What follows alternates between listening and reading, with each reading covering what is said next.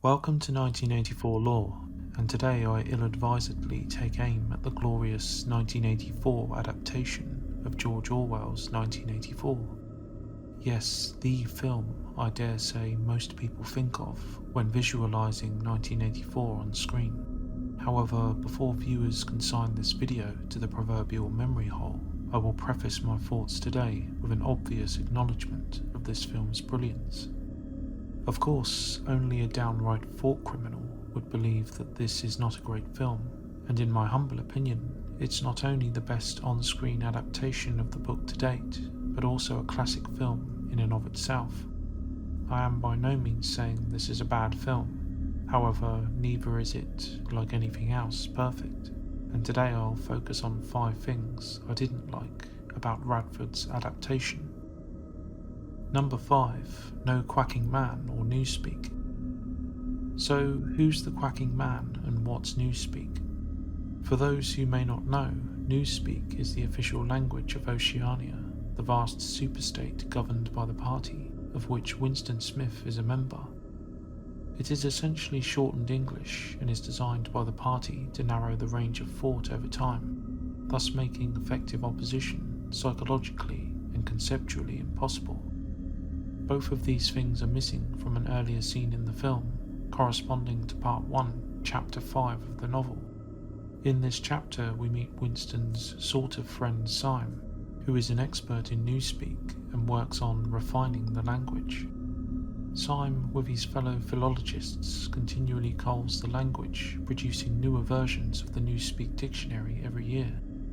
The scene is also memorable for, among other things, the appearance of a peculiar-looking man, at least from Winston's perspective.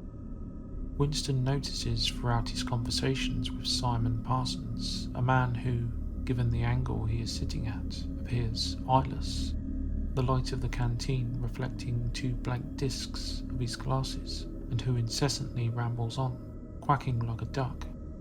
Along with what Winston describes as the small, rotund, beetle-like men of the ministries, Winston regards this eyeless, quacking outer-party member as a typical mindless specimen of the party.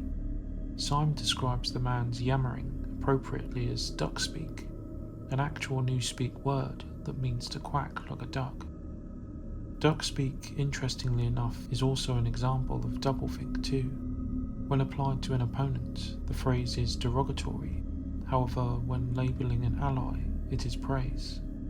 For Syme in particular, the positive application indicates a right thinker, that is, one who can think and speak in an orthodox way, that is, in total accordance with the principles of Ingsoc. However, rather confusingly, Syme, like Winston, appears to perceive the eyeless man in the negative, despite Winston assuring us that though he couldn't quite make out the detail of his ramblings over the general din of the canteen setting, he was certain it was all pure Ingsoc, and thus presumably falling into the good box of duck-speak.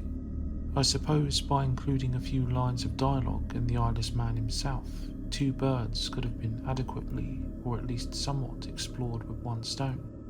To have had the eyeless man relentlessly quacking away in Newspeak for a couple of minutes would have been a nice touch, and would have given us viewers a deeper insight into the official language of Oceania itself, as well as a hardcore example of a genuinely fanatical outer-party member. Number 4. Face crime in the canteen. Sticking with the canteen setting for a moment, I always found this scene in the film as somewhat out of place.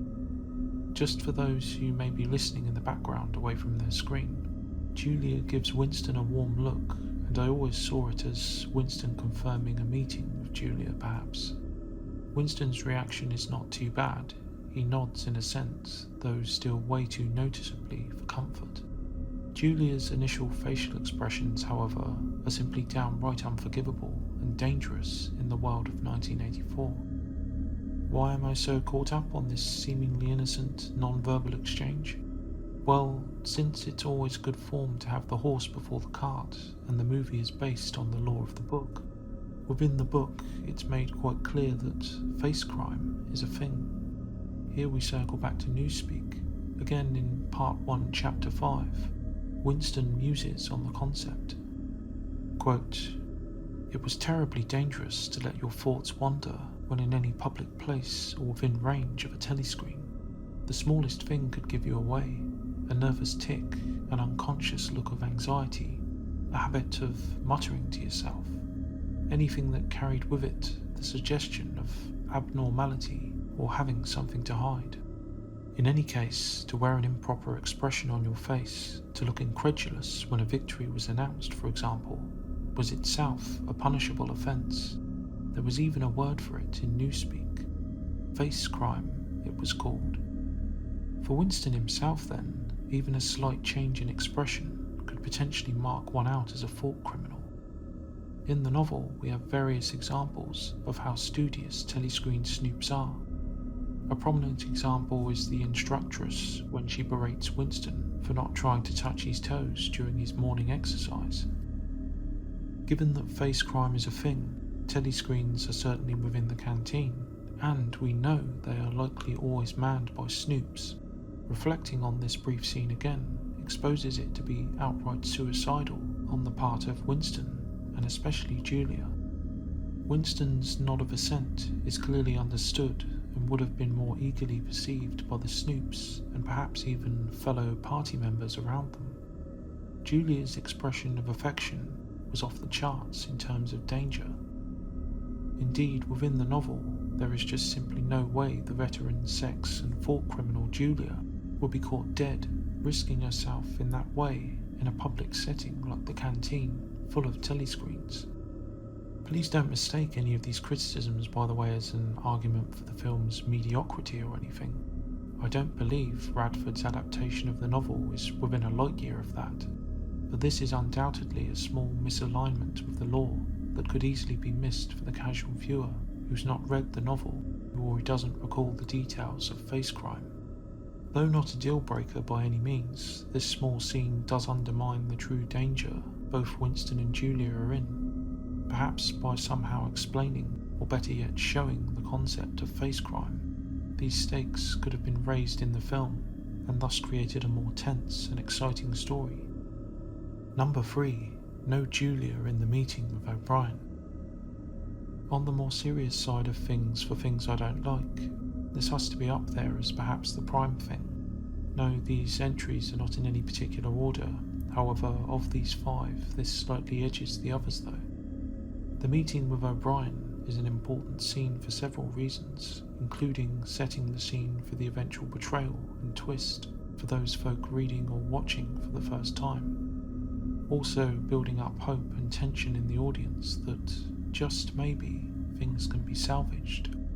For me, an important part of this chapter in the book is to confirm Julia and Winston's own love, or at least their deep connection to one another.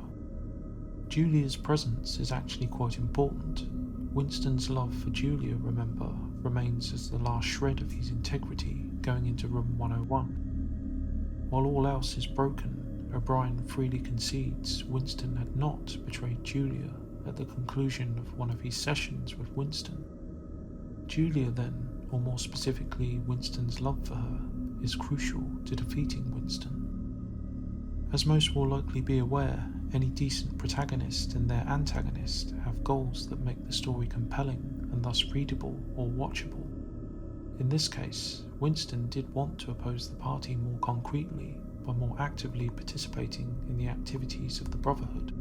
However, a more personal goal was simply remaining human, which he saw as a fundamental and irrefutable opposition to the party. O'Brien and the party he represents, of course, wish to cure Winston, that is, make him orthodox and a fervent adherent and drudge of the party. As we all know, Winston fails in both regards, and O'Brien succeeds. But to do so, Winston's love for Julia had to be destroyed.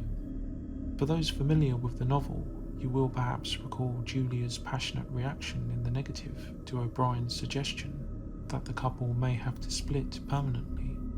Winston, shocked at Julia's reaction, confirms that he too would not consent to that. As with the earlier scene with the face crime undermining the atmosphere of danger, so too with Julia's omission in this scene are the stakes less clearly expressed. Of course, the film does do without Julia's inclusion in showing the viewer their connection, but with Susanna in the scene, Julia's fervent rejection of any parting would have solidified this connection further. As with other omissions in the film, I of course suspect that such things are simply omitted as part of the course of adapting a book to film. A huge example are the Lord of the Rings films. These are another example of adaptation done right. However, there's a lot that could have been included, such as the chapters with Tom Bombadil, the scouring of the Shire, the initial long chapters before Frodo escapes the Shire, etc. However, to include everything would have made already long films very long. In the same way, to include everything from the novel may have fattened the film to where the budget would have been too stretched, or even broken. Some inclusions would conceivably have disrupted the narrative of an on-screen adaptation too. However, coming from the perspective of an obsessed fan, I felt that cheeky little exceptions perhaps could have been made. What do you think? Number 2. Racked or electrocuted. Another change within the film, if change at all, which we'll get to momentarily, which is a bit more innocuous, if perhaps controversial, than the aforementioned face crime, is the means by which Winston is tortured in his scenes with O'Brien. This is not necessarily a huge or meaningful disparity between novel and film, but it is true to say that within the novel, the exact means of Winston's torture are not specifically stated. Electrocution is a common interpretation and depiction. In the 1956 film, Winston is hooked up to a device in another area where he is shocked by O'Brien. The BBC Cushing adaptation also seems to be going with this, Winston being confined to a cot during his interrogation, which would mechanically suggest electrocution rather than stretching, given you can't be really stretched in a cot. In Radford's adaptation, of course, Winston is clearly depicted as being racked, that is, having his body and joints painfully warped and stretched. Both interpretations could conceivably be used, though given there are dials involved, I personally always assumed electrocution. The description in the novel is this, quote, "Without any warning except a slight movement of O'Brien's hand, a wave of pain flooded his body. It was a frightening pain, because he could not see what was happening, and he had the feeling that some mortal injury was being done to him. He did not know whether the thing was really happening, or whether the effect was electrically produced, but his body was being wrenched out of place. The joints were being slowly torn apart." I would be remiss not to also point out that O'Brien also delights in describing Winston's especial fear that his backbone is about to snap. This could suggest stretching. That Winston mentions electricity suggests he at least suspects this was the source of his pain. An intense shock may very well produce such horrific effects, like the feeling of being slowly torn apart. I must admit that the final line describing the joints in particular does invoke racking too, which is likely why Radford's film went with it. Others may have the racking interpretation, which is cool, but for me I always read the scene as electric shock torture, which is why I went for this as one of those things I didn't like in the film, though this is very tame and I can more than easily live with it. Number 1. Julia within the Chestnut Tree Cafe and Winston's false memory. I'm aware I'm being a bit cheeky here, getting 2 more things in for the ending, but since they're both about the final chapter of the book, it felt natural for me to put them together.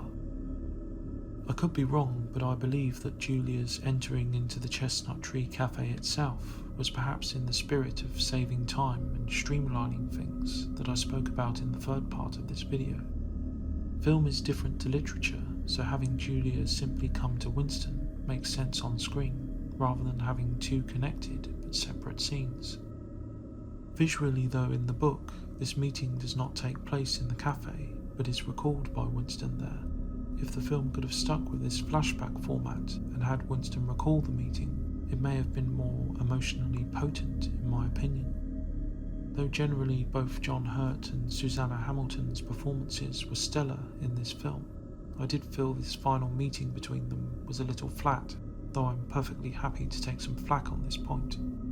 If you read the parting scene in the book, though both former lovers are obviously changed by their experience in the Ministry of Love, there is an emotional depth that, in my opinion, just isn't quite there in the film. Julia is almost apologetic in her explanation of how she was forced to betray Winston in a similar fashion to how he betrayed her. Winston is not so expressive in words, but does initially try to follow her as she leaves him, and even makes an admittedly half-hearted effort to keep pace with her, though he eventually longs to return to the Chestnut Tree Cafe. I just feel this scene, as written in the book, is more emotionally charged, even though ironically the party has supposedly killed those feelings in both of them. In the same area, I felt Winston's recollection of his fond memory of playing snakes and ladders with his mother was also a missed, if justifiably removed, part of the scene. It's interesting they chose not to include this, though I can see that it could seem a bit intrusive to the flow of the film, especially so close to the end. The decision does irk me a little though, as Winston's mother is established on screen earlier in the film, and his guilt concerning her death, and perhaps his admiration for her as belonging to an earlier time where such motherly love was natural and unpunished, was touched upon. Anyway, for those who don't know, Winston recalls a day when he was a boy. His mother cheers him and his sister by buying an old, worn-out game of snakes and ladders. Mother and son play cheerfully, while Winston's baby sister laughs watching too. Sadly though, this does not move Winston, and he coldly dismisses the thought as a false memory, which always personally sticks in my throat. It's a small thing, but it does show that, despite his physical survival, the Winston Smith we knew, and who would have cherished that memory, was truly dead. Of the two, I suspect you can guess that I would choose the latter to include if I was forced to pick, but maybe you have a different perspective. So, that was 5 things I disliked about the Radford adaptation of George Orwell's 1984. Do you agree with any of my points? What did you, if anything, find wanting in this great film? Let us all know in the comments, and remember, if you can feel that staying human is worthwhile, even when it can't have any result whatever, you've beaten them.